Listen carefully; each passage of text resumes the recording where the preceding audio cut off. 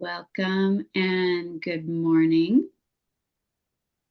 Today in the Make Bold Moves class series, our topic is overcoming feelings of selfishness that would stop you from taking action and pursuing that professional dream that you have on your heart. And if you don't know me yet, I'm Amy Engelmark, and my specialty is stress mastery and income growth for entrepreneurs, financial leaders, physicians. Those are the main people groups that I serve. I'm so happy to join you and share my experience and the practical strategies that I have for you today on this topic. I'd love to open up after I teach for discussion and live coaching. So that's what's really special and awesome about these classes is you have me here in your life on this random day in August 2025 to pick my brain, get to the root of things that maybe cause resistance and stop you from making a bold move that would make you feel so proud, like you're flying. We need to understand what stops us from taking action, right? So the live coaching could be helping you in that area, or we'll see what comes up. After live coaching and some discussion, we will look at what's the last class in the series. I'll tell you a little bit more about that class next week and how you can get more of my support if you'd like it more than I give you in these classes. So I'll be teaching today with I love to use a lot of reflective questions for you. So make sure you have pen and paper ready and you can capture what I'm sharing. I'm also going to be teaching through storytelling. It's a great way to grasp a concept and then for that concept to stick.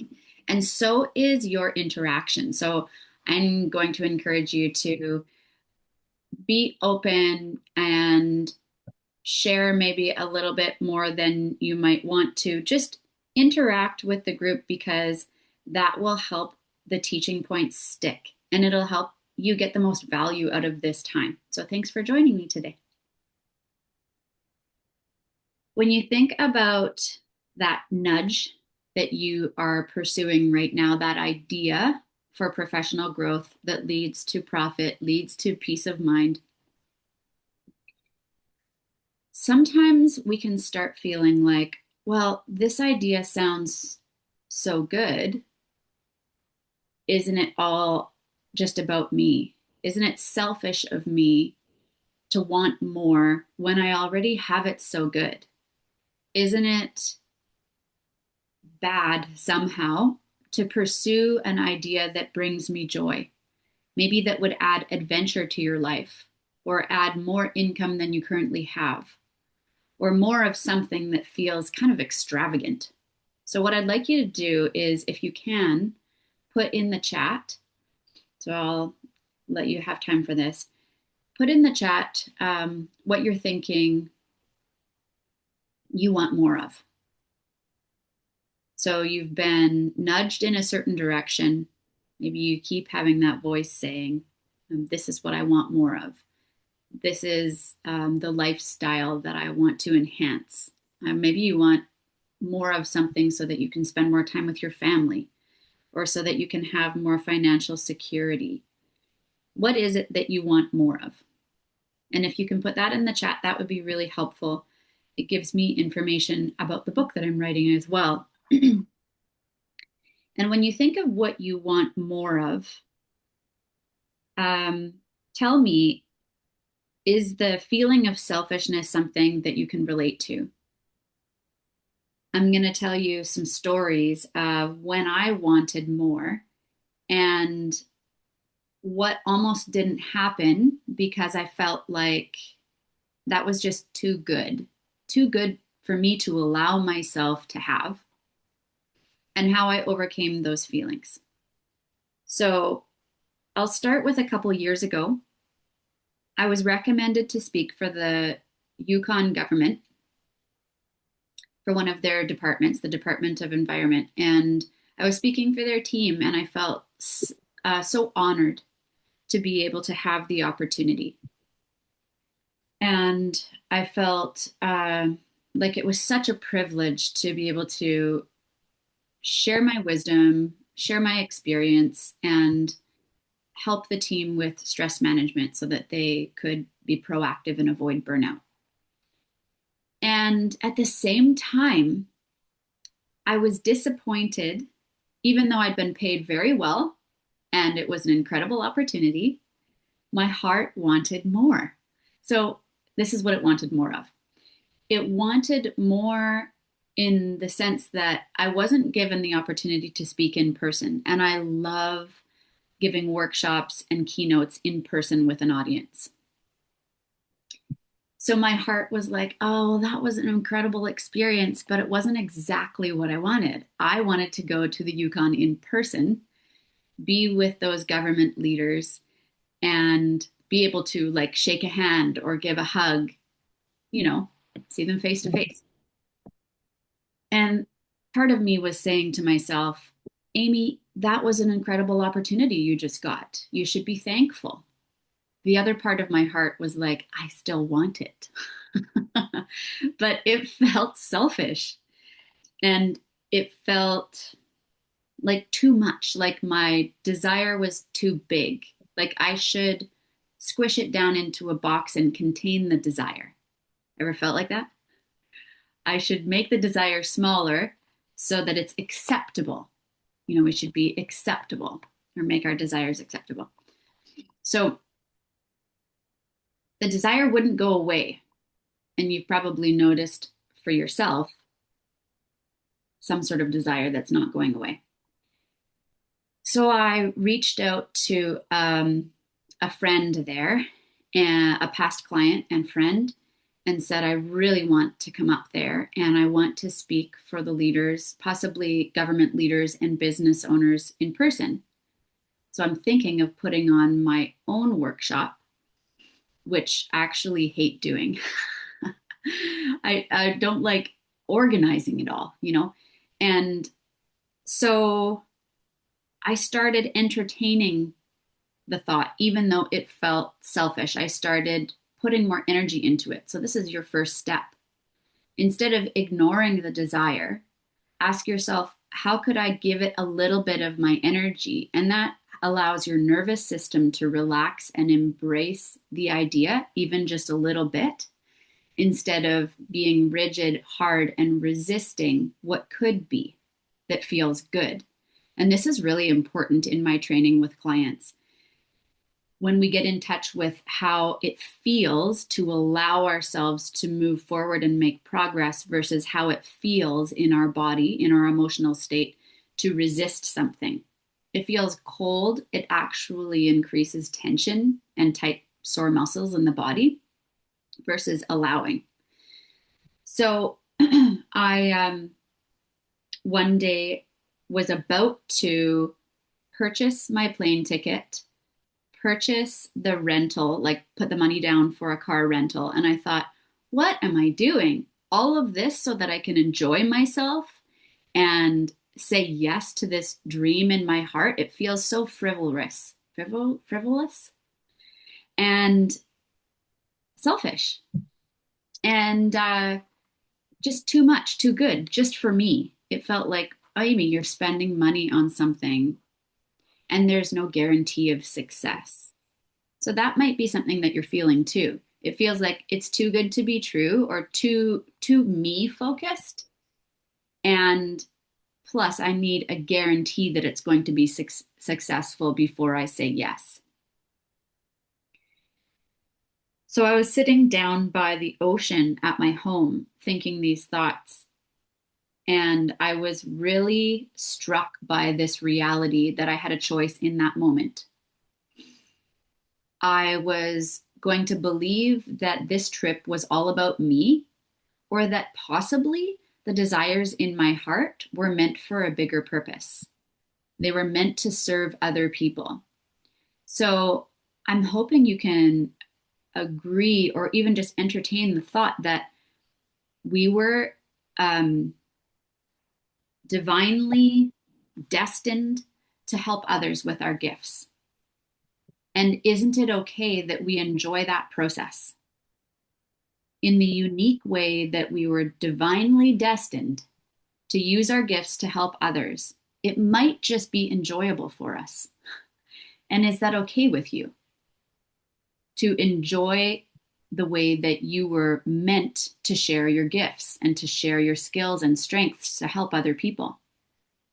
If it's not enjoyable, then are you going to agree to live your whole life fitting yourself or your practice or your services into a box so that it won't be scary, it won't be uncomfortable, and it'll be acceptable to others? So I warmed up to the idea that maybe this desire of mine to go speak in person in the Yukon wasn't just for me, and that maybe it could turn out better than I imagined. And was I going to hold myself back down there at the fire, sitting at the beach, just because I had no guarantee of success? Or was I willing to live with the desire unrealized? It's kind of like last class, I think I talked about it's like an ice cream that you watch melt in front of you. You never eat it, you just watch it disappear. It's almost like something starts crumbling in your heart and it affects you. It affects you mentally and physically and emotionally. So I decided I would be all in before I had proof that it would be successful, because I started entertaining the idea that this wasn't just for me. Even though it felt so good, it wasn't just for me. That my work could feel more playful and that maybe that would work out. And I kid you not, I put the money down, and within 2 days, my workshop started filling up. People started registering. And before that, there was, I think, 2 people had said they were just interested in coming. I ended up having a maxed out registration. There was only 20 people I could fit into the room. And it was fantastic. And my business grew in Whitehorse. And I got to explore and play and hike some mountains where the mountain goats were close to me, but I wasn't allowed to go on other mountains. It was fantastic. I got to see this past client for the first time in person. We'd always coached online. So, what could be possible if you let yourself move forward towards something that feels selfish? Right now, I'd like you to write in the chat, or let me just check there and see what you've said already before I move on. So Jen said she wants more peace of mind, financial ease and abundance, belonging, community, not personally relating to feeling selfish. Believe we should be selfish. Okay, good. That's great. You're a step up. Kelly or Naomi, you said confidence to say yes to opportunities that are presented when you have enough now. When you have enough now, you have enough money, friends, family, but confidence. You want more confidence to say yes. Okay. Kelly, you want the means to give the lifestyle we dream for my family while being able to serve people at a higher level financially with your presence, your time. Okay, wonderful. What I'd like you to put in the chat now is who will my dream help? So my dream isn't just about me. So who will my dream help and how will it help them? If you say yes before you're confident, Naomi, how could it start helping people sooner? And how could it start helping you sooner, for example? Or Jen, who do you know your dream would help if you were courageous and took a tiny micro action? And in what way would you like to help soon? So just start rumbling inside, writing down ideas. I want you to see how this act of you moving forward is generous and how holding back is actually selfish. So who will it help? What good can you create for others by allowing yourself to receive? What good could you create for others by allowing yourself to receive? So let me tell you another story. Let me check in with you actually before I tell you another story and just ask, do you want time to add those comments in the chat so that you can fully pay attention to my story? What's your thought? You can unmute if you want. Do you want time to write in the chat or shall I hop in with another story? Um, I would say go for the story. I need to personally chew on this a little bit. Okay, sounds good. So, Naomi, you said, when I say yes, I help create the opportunity for friends and family to say yes because you did it first. It's so true. Yeah, we become this beacon, like a lighthouse, showing other people what's possible. And if we're not willing to do that, then we miss so much opportunity and we teach people a different lesson with our choices. We were talking about that last week. What legacy are we passing down that others would pick up by noticing our life choices? So let me share with you about back in 1999. I had been to Thailand once and I had picked up a lot of the language and loved it, loved the Thai people, loved the culture. And I was the first trip. Oh yeah, I went with a youth exchange program. And so that's where I'd met my host family and some friends and had fallen in love. You just never know what turn of events will happen in life. I didn't choose the country, the organization chose it for me, but it's one of the best things that's ever happened for me. And then less than a year later, a friend of mine through that organization said there's an incredible opportunity to go and work with this woman who is doing her dissertation from the University of Victoria. She's working with dugongs down there and she needs a research assistant. And I was like, what's a dugong? And I don't have training in science. And I was very intrigued. My friend said, I can't take the job, but I think you should apply for it. And the first things in my mind were, I would love to, but I'm unqualified. So in this instance, I didn't feel like it was selfish of me. I just thought that it was impossible. So you might have this dream right now where you're thinking, yeah, I don't think that it's selfish of me to prioritize time for me and to prioritize this dream that feels like it's taking away from others. That's a really good point for one of you to write down, or maybe for a couple of you who are listening. Where have I been thinking that my dream takes away from others when it actually adds to others? Maybe taking away from family or taking away from colleagues or other people. Like there's only a certain amount of pie pieces and you're taking most of them. It's actually not true. So I contemplated this job and I looked into it and I found out what dugongs were. They're like manatees, underwater, funny looking animals. And I thought, yeah, I could learn more about science, but I have like my high school training, that's it. And the opportunity sounds amazing, but it's just not for me. And she said, you can learn, get studying. And I thought, okay, yeah, I can learn. Maybe this is possible. What I totally discounted was that I can speak Thai. Would you like to have a research assistant that can speak the language of the people who you're going to help? I didn't even think of how I was qualified. I just thought of how I wasn't qualified and disqualified myself before I even knocked on the door. So, where could you be disqualifying yourself before you even knock on any doors? I started researching dugongs and I started reaching out to this woman, and we got an interview booked. and I got the place. I got the role, got the job. It was actually really straightforward.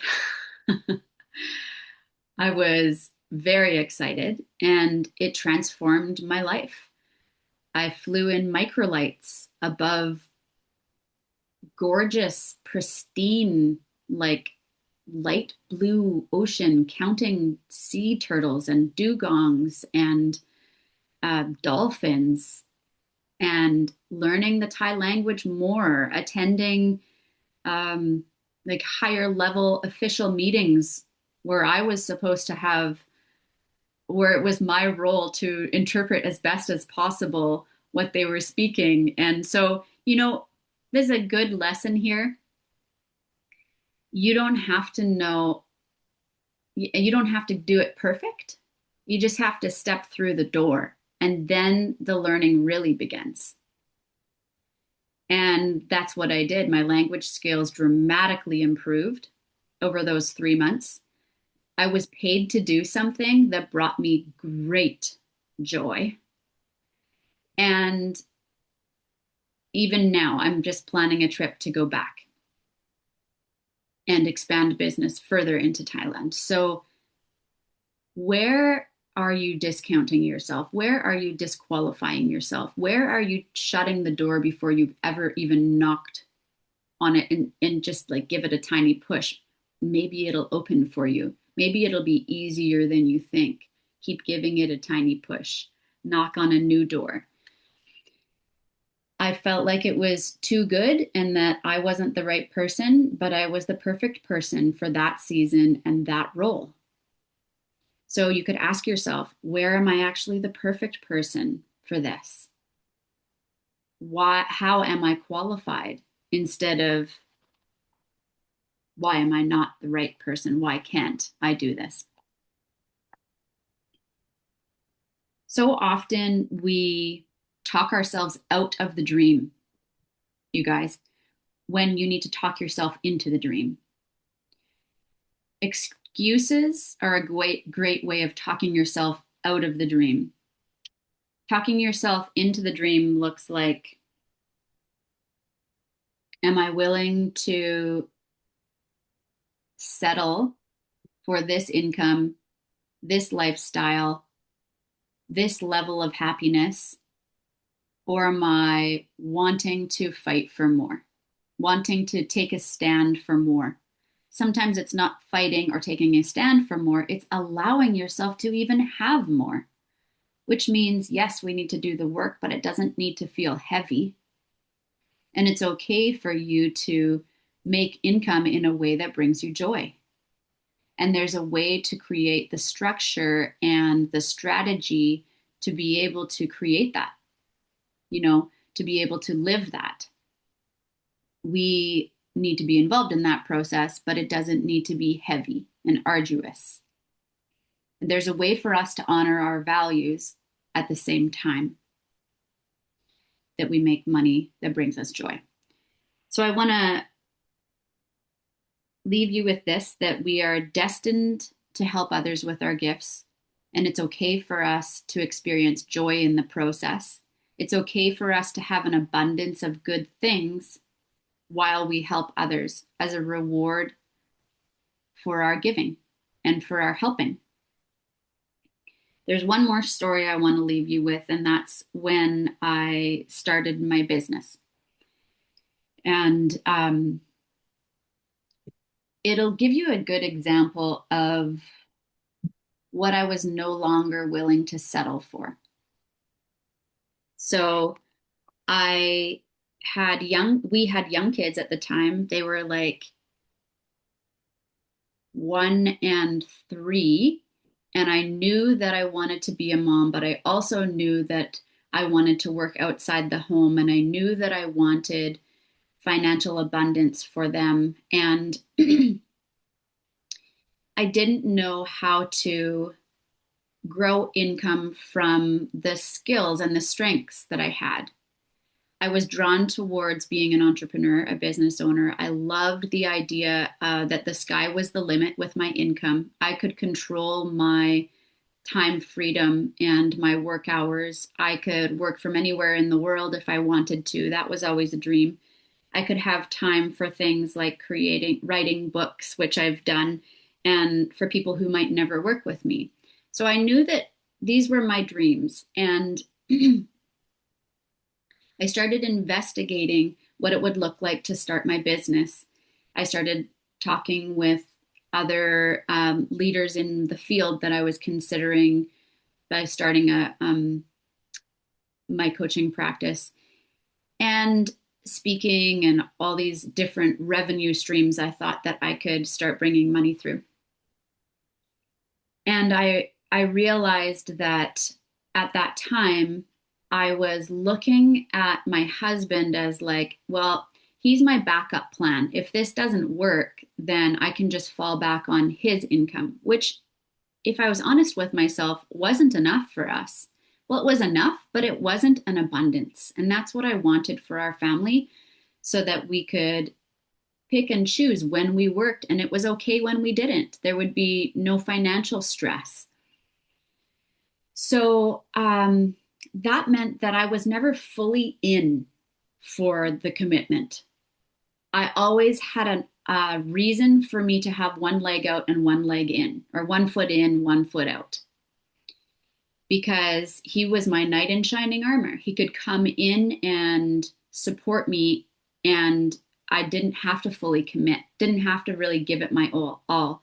And then one day realized, oh my goodness, if I don't give this my all, this was in the first couple years of business, and he dies, I need to be able to fully support myself and more, to have the life that I want for my family. I can't rely on him as a backup plan, or energetically and emotionally and mentally. I'll never fully be committed. I'll never fully be in the game.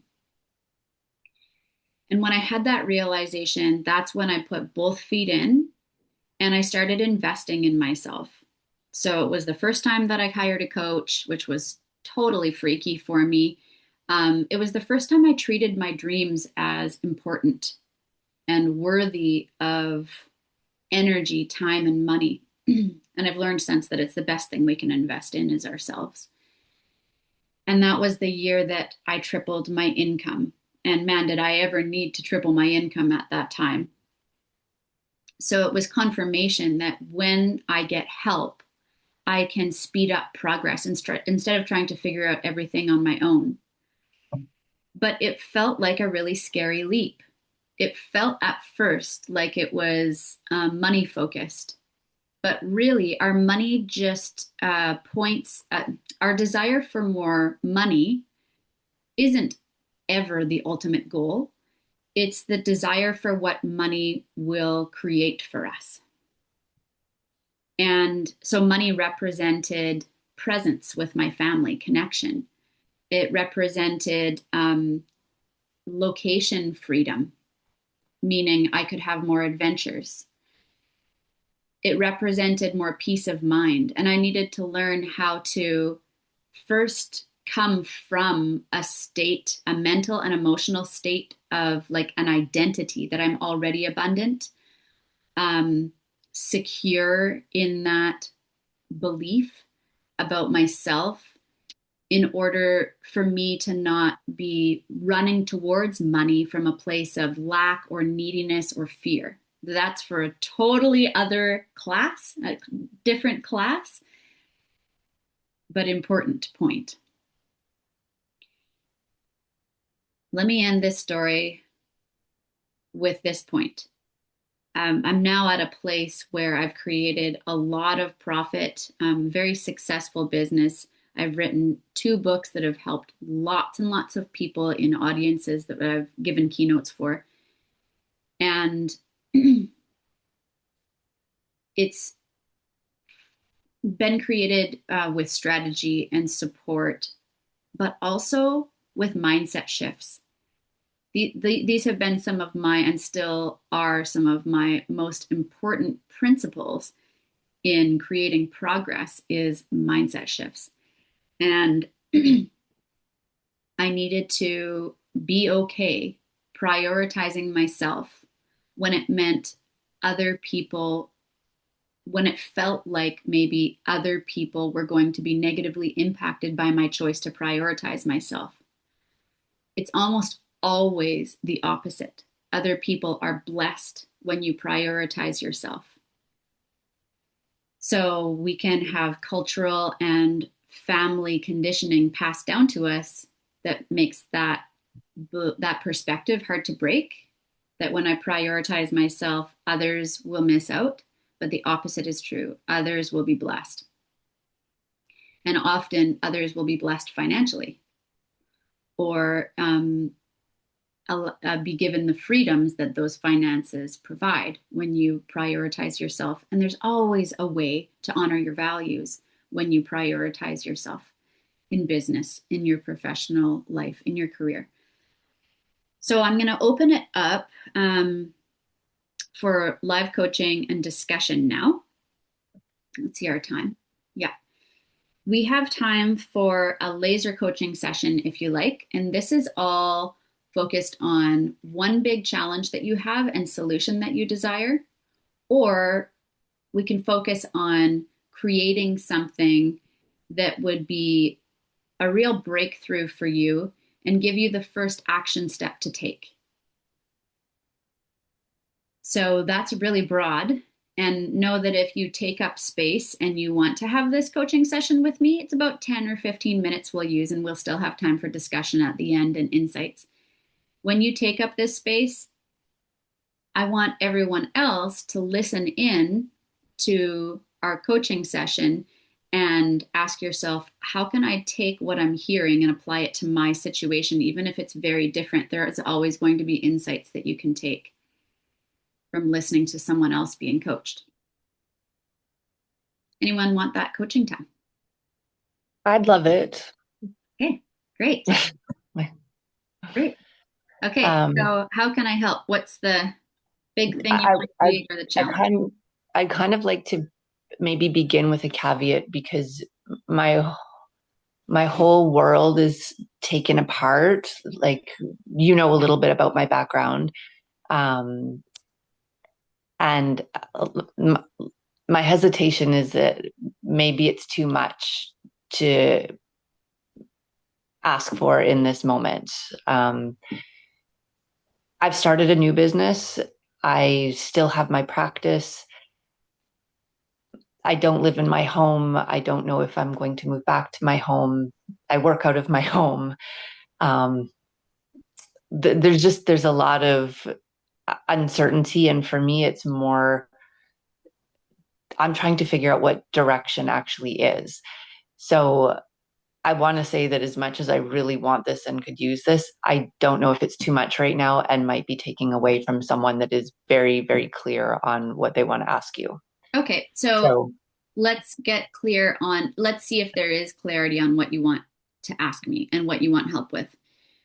What would you like to be able to take away from a short coaching session that would be helpful right away, like today? What do you feel? How to decipher and discern what direction to go in, like what to let go of, and like scary things, big scary things, like what to let go of and what to hold on to. Okay, so write those two things down. What do I let go of? What do I hold on to? And deciphering direction, right? Okay, so your body is a great compass, and your body holds lots of wisdom and clues. Your emotional state speaks to you more than you might be aware of in ways you might not be aware of, but you're pretty in tune with your body. So let's pick up on some of those clues. When you're considering the options, sometimes there can be so many options that in itself is distracting and overwhelming. Mm-hmm. So I would ask yourself, I like to create a values-based vetting system for decision making. So, what are the things that are most important to me in this decision? Sounds like financial security is one of them. So, I would write down what I want this decision to help me create. So, financial security.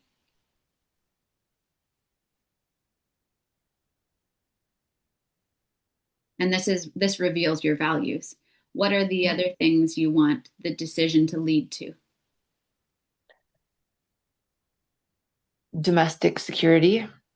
Okay. I put an asterisk by that because there's more to it. It's like, what does that mean to you? So just for yourself. I want to own my house. Okay, write that down. Helps me move towards owning my house.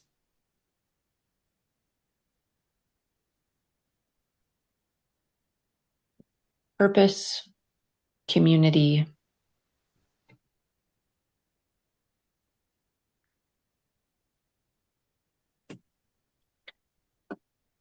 the ability to travel. Like I want freedom of location. Okay.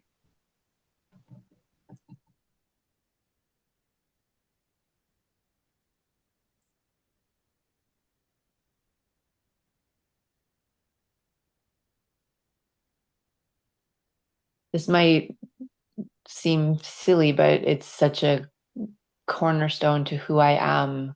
Love. I want partnership and love that I actually feel like all of it is purposeless when you don't have someone to share it with.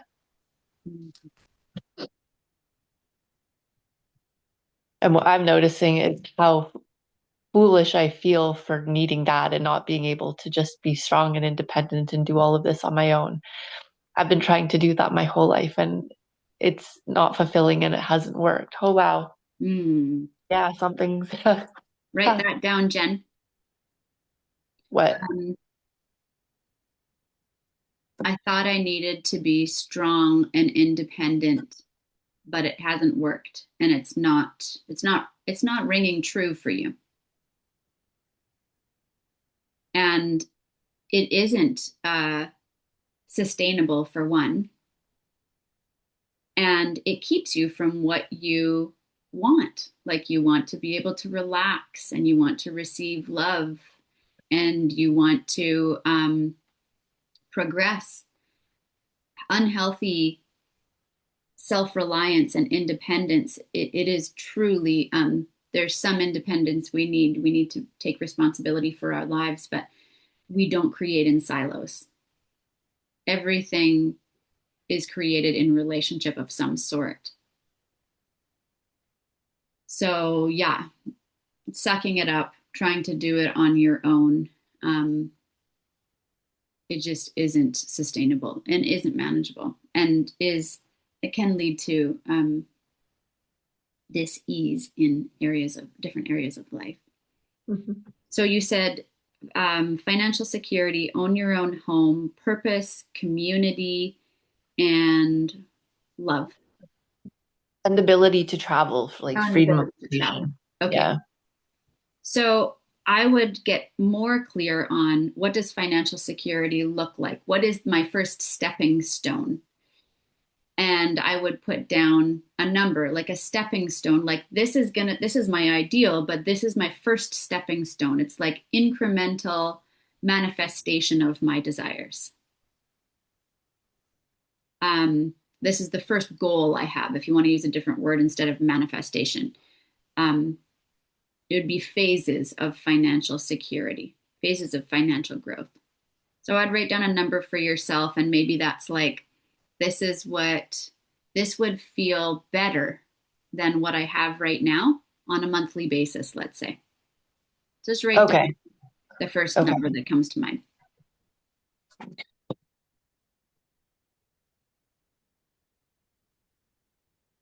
Okay. Okay. And then I would ask yourself, where can I either join community right now so that I feel more purposeful and it helps me with direction? Or where could I create community and then help to start feeling like I have more purpose? often a missing key that opens doors is um, not having enough opportunity to help others with our gifts. And we get a lot of purpose and satisfaction and joy and fulfillment from helping. And it can feel very like we're lost and isolated when we're not helping. So there's two options. You can create community where you can help others within that community, or you can join a community that's already been created, or Mhm. multiple communities. So is anything coming to mind when you think about starting a community or joining a community right now? I recently had the opportunity to be part of the tribal canoe journey. I Oh, don't know cool. if you know about it. No. It's all of the bands from up and down this our coastline and the west coast um jump in these 15-person canoes and then paddle down the Georgia Strait or the other side. This year, the host was in Lumbee, Washington, and it's like 100 and I don't know 113 different families all show up, and it was an incredible experience to be part of. uh, like everything was there. I mean, when social challenges and factors and stigmas are removed, the culture, the people, that like what I saw there, the community, the giving, it was the most giving experience I've ever seen. The everyone had a place and a role, everyone fit, every Well, like that's awesome. So um it would was that was potent to be part of. yeah. And so what's coming to my mind right now is aligning the community, the people in that community with your vision for financial growth. So community in general is really important. I'm not sure if that community, because we would need to talk about this longer, is the community who could start um, being those relationships that translate into financial reward or not, possibly. I'm not sure. But you want to be looking for areas where you can give and the people are saying yes, your service is meeting a pain point for us and we are happy to reciprocate and give you this money, right? Mhm. So I want you to be looking for where are the open doors in relationships that I already have to share more because you're the main person who is going to broadcast for yourself. This is how I can help you, and I want to help you. Here's the ideas that I have for you. Would you like to have a conversation about this? Right? The more conversations and relationships you start developing, they are your key to income growth. And it's inevitable. It sounds like you're in a season of planting seeds, and then you're going to be in a season soon of harvesting what you've planted, and then you can eat the bread, right? Mhm. So, are any ideas coming to mind as far as those low-hanging fruit to that might lead to opportunities in community, even if they feel like, well, that I had this idea, but I don't see how it connects yet. um Somehow with the beading that I do, and I Mm, I don't really, honestly, I don't know. um okay, so write that down because our first step isn't to know, but our first step is to notice ideas and connections, people to connect with that could open the doors more for different opportunities.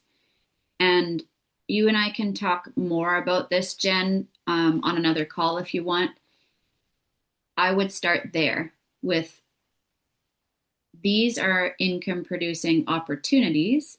This is how my service could align to serve a need that I've started noticing, either in the Indigenous group community that you're talking about, or maybe another community that you've been entertaining. I know that you were talking about down south in the States, possibly. So start chewing on those ideas and see how you can get curious, come from a place of generosity and desire to help, and start some conversations. I know people who have created relationships and brought in like bread and butter clients in multiple different industries by privately reaching out and saying, hey, I love your company, or I love this about you. I know that I don't, maybe they wouldn't say I know. I'm wondering if these are important things to you, and they lay it on the table, either in a written letter, an email, a phone call. And if they are, here are some ideas that I have for you. Would you like to talk? You know, who takes the time to do that? I know someone who has built their entire business by reach outs like that. Hmm, right. The other thing that I've been toying around with for a while, I really like making things beautiful, whatever it may be. And so I've thought about it like going into people's homes and reorganizing, redoing, making things very, very functional. But there's no reason that it can't be beautiful. Like it should be beautiful along with being functional. Um, and I think that it's another piece that, like I like doing lots of things. You like having a So variety. Yeah. I would yeah. write down that idea, Jen. Uh, Coming in to reorganize your home, make it functional and beautiful so you can feel, and then write how they will feel um, different from how they feel right now. And if you want that kind of business, all you need to do is start telling people that you're offering it. And would they like you to come in? And they can see what it's like to have you in their home for 30 minutes for free. Hmm. Not everyone has that gift. It's not a gift of mine. Hmm. Like, I do love beauty and I love function and organization, but I'd rather someone else help me get that process started. So, what was most insightful about, like, this was more of like consulting and advising with a tiny bit of coaching. We didn't go deep into any like heart of a coaching matter, which is fine, but just identifying the difference there. Hmm. So, what insight was most helpful for you, or what's top of mind that was most valuable for you? I think the reminder that I already know a lot of people and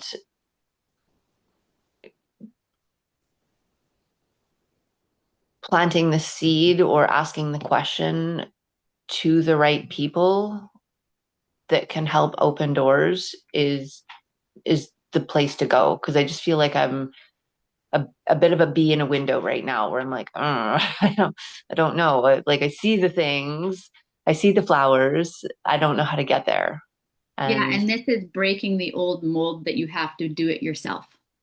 yeah, You have to figure it out yourself. oh my God, this is like, Yeah, it's and you don't. exhausting. Yeah, you don't. You could be that little bee who buzzes up to somebody's face and says, "Hey, can you open the door for me?" It's like go and open the door and you can get outside. You know, Hmm. you're not Yeah, actually stuck when you feel stuck.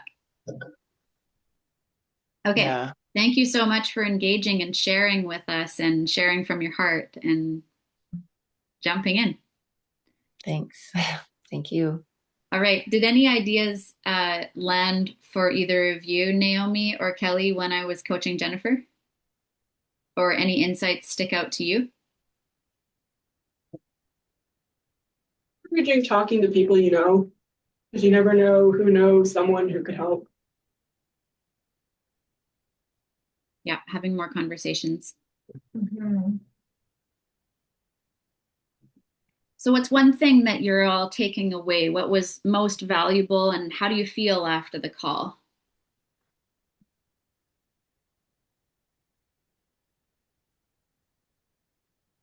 Personally, I've found a little bit of inspiration. Of like, it's really overwhelming. There's so many possibilities of things we can do. And personally, when there's too much, like, I just want to put a bag over my head and I don't know where to begin.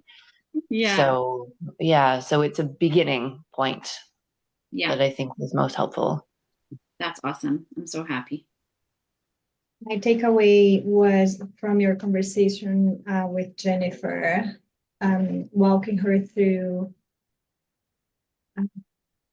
breaking the process down into small steps, things that she needs to pay attention to, and then all of a sudden it doesn't feel like it's huge. Rather, it is Manageable bite size. exactly bite sizes. Okay, I can work on relationships here. I can write down what my next number is so it feels achievable, and um, generosity that's going to open doors as well. So, yeah, I really liked that. Yeah, when we come from generosity, it's very different from coming from worry or lack. We're more focused, way more focused on self when we're coming from a place of worry or lack about money. And when we're coming from generosity, we are tapping into this new state of nervous system relaxation, peace of mind, knowing that what we want is already here and the opportunities are out there and we're safe and we're secure, even though our circumstances might not feel like it or look like it. We stop looking at the circumstances to define how peaceful we're allowed to feel. And then we access these ideas with which we can be generous, like for generosity. Mm-hmm. Okay, so any last thoughts or insights you want to share before I share about next week's class? All right, so next week's class is called the LEAP plan. And this is where we get strategic and we break down what's going to be necessary for you to uh, get into action with more fervor. Take things a bit more seriously, not stop having fun. That's not what I mean, but get your hands and feet wet in the process of creation. So it's going to be really fun. We'll explore micro habits. We'll explore what daily and monthly priorities are going to really move the needle for you versus what you might be thinking is going to create progress. I know that when I have structure and I have a plan, oh my goodness, do I ever have more confidence and peace of mind in the creation process when I'm breaking new ground. So let's make some more bold moves together next week. I hope you can all join us. And if you have somebody else you're thinking they would love this class series, totally have them register. I'd love to see them in the room. Mm-hmm. Thank you. Thank you. Okay. Have an awesome day, everyone. One question. Yeah. Is it possible to listen to the replays of the first two? Yes, I'll give you those links. Okay, thank you. Okay. Cool. Have a Thanks so great much, day. Lee. You're You too. welcome. Take care. Take Bye-bye. care. Bye.